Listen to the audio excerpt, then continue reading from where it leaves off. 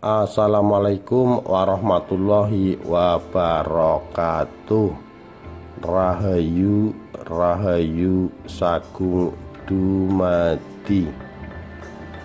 Percakapan Kanjeng Sunan Kalijaga dan Syekh Siti Jenar, sebuah kisah fiktif.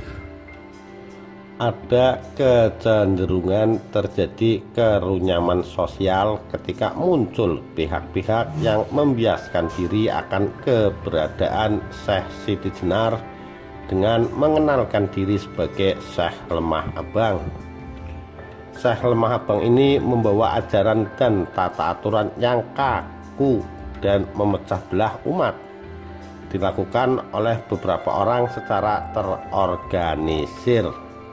Karena masyarakat menganggap Syekh Lemah Abang dan Syekh Siti Jenar sebagai pihak yang sama, maka ajaran murni yang dibangun oleh Syekh Siti Jenar menjadi tercemar.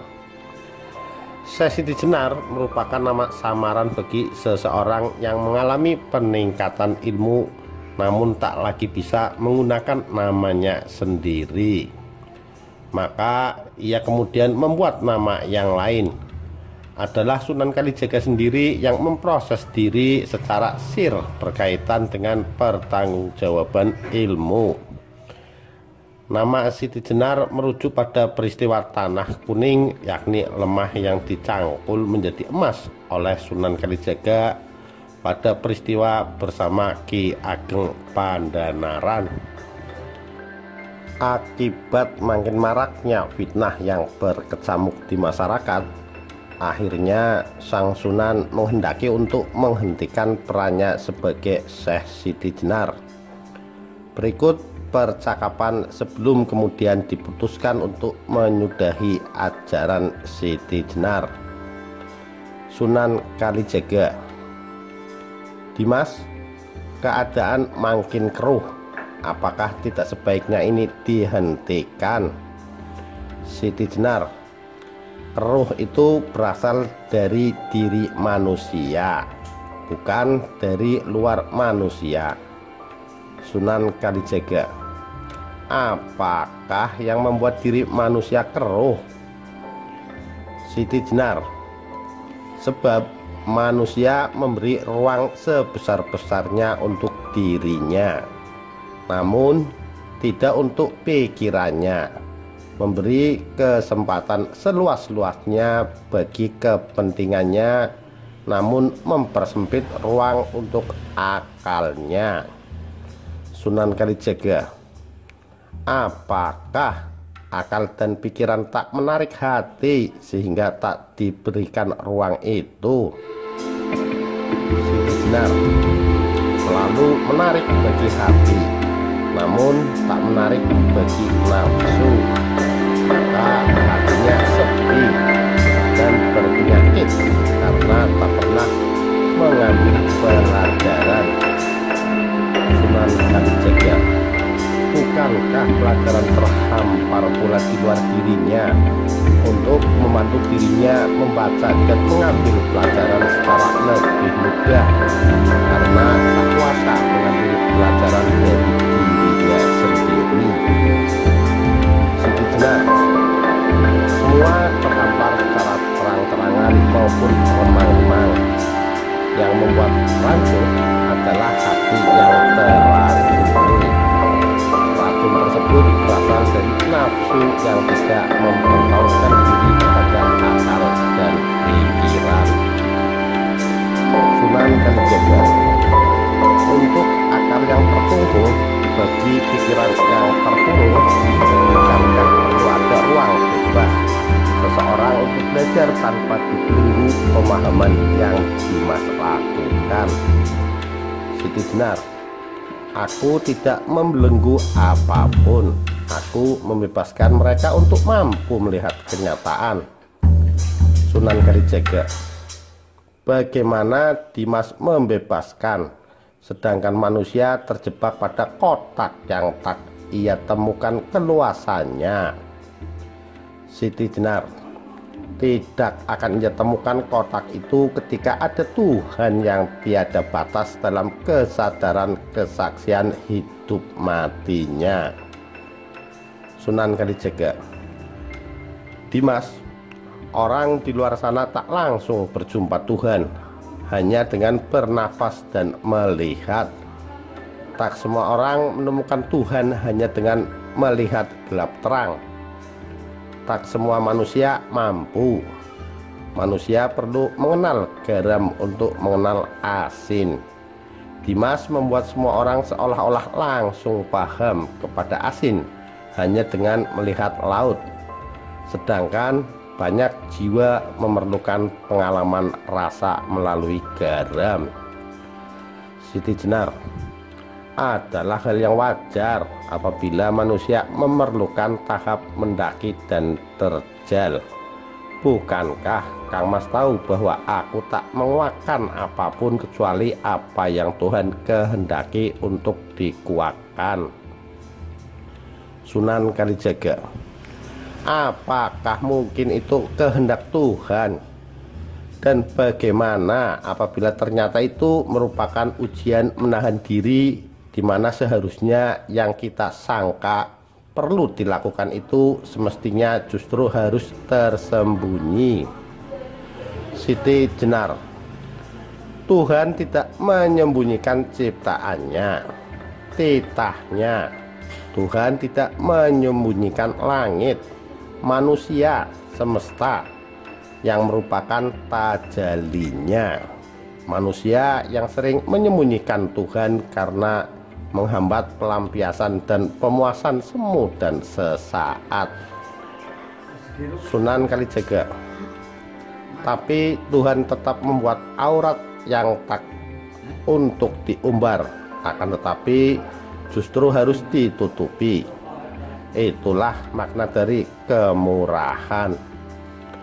Siti Jenar. Menurut Kang Mas, aurat apa yang tengah aku umbar? Sunan Kalijaga. Aurat itu adalah pena. Yang perlu diumbar adalah tulisannya. Aurat itu kejayaan, yang perlu diumbar adalah kesantunan. Aurat itu adalah penyatuan diri kepada Tuhan. Yang perlu diumbar adalah kemahiran dalam menjaga keindahan perbedaan. Siti Jenar. Apakah aku salah? Sedangkan aku menyampaikan ragam pelajaran yang bisa diambil sebagai bagian perbedaan. Lantas, mengapa aku harus sama? Sedangkan aku tak lagi merasa perbedaan itu harus dipaksa untuk sama. Sunan Kalijaga. Aurat itu adalah keteguhan tauhid. Yang perlu diumbar adalah pengabdian. Aurat itu adalah aku. Yang perlu diumbar adalah ketiadaan. Aurat itu adalah Allah. Yang perlu dipertontonkan adalah insan yang berakhlak mulia. Siti Jenar. Di mana letak kemuliaan manusia, sedangkan kemuliaan semesta hanya miliknya? Sunan Kalijaga. Letak kemuliaan insan adalah kekosongan dirinya pada kemuliaan, sehingga ia bekerja dengan isi kemuliaan yang ditaburkan Allah atas dirinya. Siti Jenar. Apakah Kang Mas ingin tega memenggal kesadaran bertuhan hanya karena manusia-manusia yang tidak memahami? Apakah tega membiarkan ketidaktahuan mereka menjadi singgasana yang ia sembah? Apakah tega membiarkan ketidaktahuan mereka mencampakkan keberadaan Tuhan karena yang harus ada hanyalah diri mereka sendiri? Apakah Kang Mas mentolo membiarkan banyak manusia lestapa karena kebodohannya? Akankah Kang Mas tega pikirannya hanya digunakan untuk memikirkan hidupnya dan akalnya hanya untuk mengakali kehidupan? Akankah tegakah? Sunan Kalijaga. Dimas, demi Allah dan Kanjeng Nabi Muhammad, tidak akan benar jika aku tega atas sebuah pertumbuhan. Tak benar aku sedang tega membiarkan beberapa cabang dan ranting suatu pokok harus terpotong jika tanaman justru menjadi tumbuh sehat setelahnya. Tak benar aku disebut sedang tega hanya karena membiarkan akar bibit padi tercerabut oleh perpindahan ke lahan yang lebih luas. Tak bisa disebut tega jika aku harus membatalkan calon buah nangka jika batang pohon belum cukup sanggup menopang. Diriku justru sedang tidak tega jika akar-akar ringkih bibit padi yang tengah ingin berjuang menjajaki hidup itu harus diberi beban menghasilkan bulir-bulir padi secepatnya. Diriku sesungguhnya sedang penuh ketidaktegaan hati pada batang-batang muda pokok nangka jika harus dibebani sebuah tuntutan untuk mampu menunjukkan gelantung-gelantung buahnya. Siti Jenar. Lantas kini apa maunya Kang Mas? Sunan Kalijaga. Aku takut memiliki kemauan jika kemauan tersebut ternyata bukan darinya.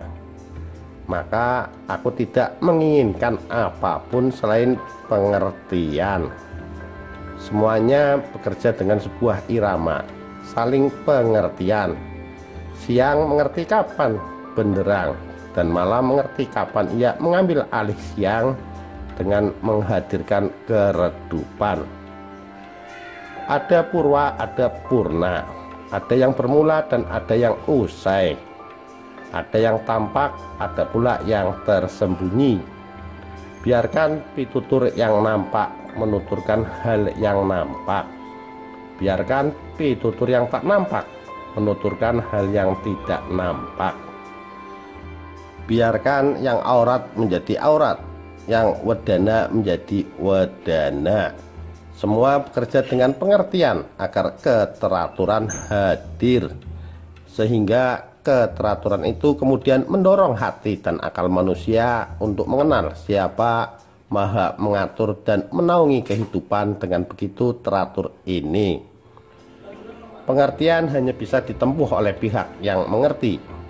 Maka jika pihak yang mengerti tak menjalankan pengertian, bagaimana ia bisa disebut sedang mempersaksikan Tuhan, sedang Tuhan terhalangi oleh makhluknya sendiri? Siti Jenar. Monggo Kang Mas, aku rela. Sunan Kalijaga. Mari kita lakukan bersama. Ungaran 16 April 2018. Demikian perbincangan Kanjeng Sunan Kalijaga dan Syekh Siti Jenar, sebuah kisah fiktif. Sekian, terima kasih. Wassalamualaikum warahmatullahi wabarakatuh. Rahayu, rahayu saku dumadi.